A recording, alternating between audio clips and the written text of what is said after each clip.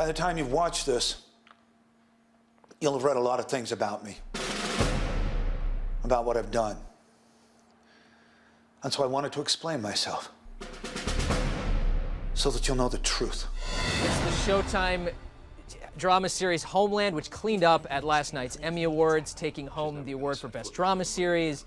Lead actor Damian Lewis won, lead actress Claire Danes won, and it's fortuitous timing. It's coming back for its second season this weekend.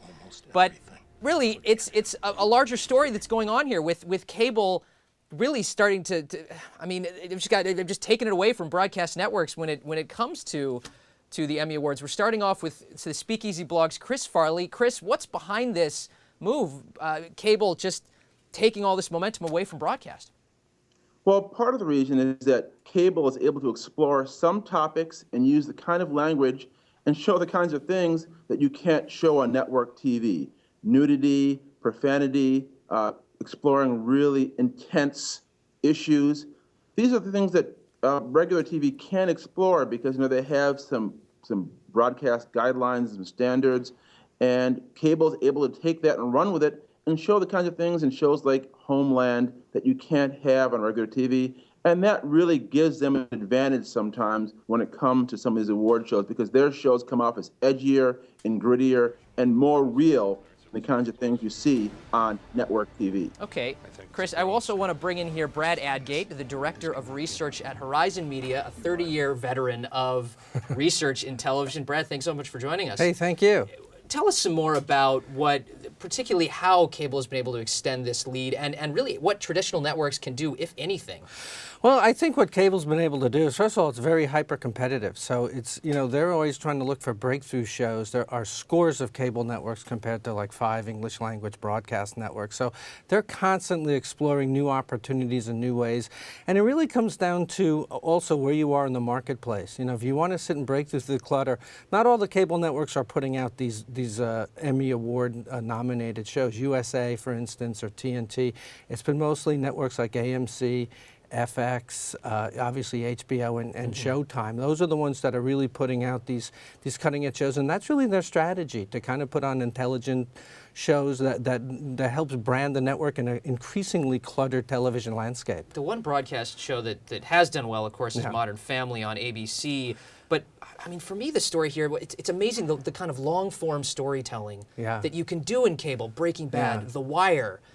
These are short. You can't pick these shows up from the middle. You have to start at the beginning. But they really build their characters, their stories over a period of years, and it's just such a rewarding experience watching these shows. Well, that's another point, is that, you don't have to, cable doesn't have to get the huge numbers. AMC, for instance, which won 4 Emmys in a row until last night, averages about 3 million viewers. So, they don't have to sit and put out like an NCIS that gets no Emmy consideration, but brings in 15 million viewers. I mean, that's what the strategy with the broadcast networks are trying to do. Hatfields and McCoys was pretty much an anomaly. It got 2 Emmy wins last night, and it did 14 million viewers, and that really doesn't happen very often. Generally, they're very niche. They have a very loyal cult following, and the hopes is now with social TV taking in and getting things measured that viewers will pick up the show and you can watch it on VOD or buy a season on a DVR and so on and so forth. I'm a cord cutter personally, but I buy all these shows. I pay for them on iTunes, for instance. And that's how you can get, if you don't have Showtime, you can buy it on iTunes. Chris, I want to come back to you quickly. Is this trend, cable beaten up on broadcast, is it going to continue? I think it will, because now we're seeing other cable networks get into the game. Showtime really scored a big win, the biggest win of the cable channels' existence, by having their show Homeland finally beat out HBO and all these other competitors, with Homeland taking the prize. And Homeland looks to be something that's going to be a show that's going to compete in years to come. So I think that the networks really have to watch out there to figure out a way to raise their game. I think the Hatfields and McCoys is the start by signing up big-time movie actors like Kevin Costner, Tom Berenger, who both won last night, to be part of what they're doing to raise the level of their quality to come up to what HBO and Showtime and FX and folks like that are doing. There was one interesting category, among the actors. Damian Lewis, of course, we expect from. We know him from Band of Brothers, the HBO miniseries, and now this character that he's playing, Brad, on Homeland, totally polar opposite, correct? Yeah, I mean, and that's one of the things that when Claire Danes won, she said, here's a guy who's a villain, but he's a lovable villain, Yeah. and that's a very hard role to play. And it's amazing this was his first nomination ever, considering what he's done with a Band of Brothers. Speaking of lovable villains, I got to say, I was so happy personally to see Aaron Paul win an Emmy. I mean, he's done he's had some amazing moments that he's been able to pull off on Breaking Bad, the AMC no, it's one of those shows that, again, drama about meth addicts and with Bryan Cranston didn't win for the first time in 3 years last night.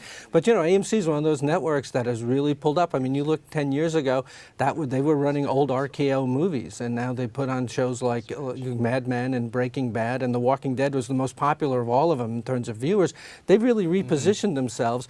And the other thing that cable networks try and do is get more subscriber fees. They have the dual revenue streams that broadcasters are just getting.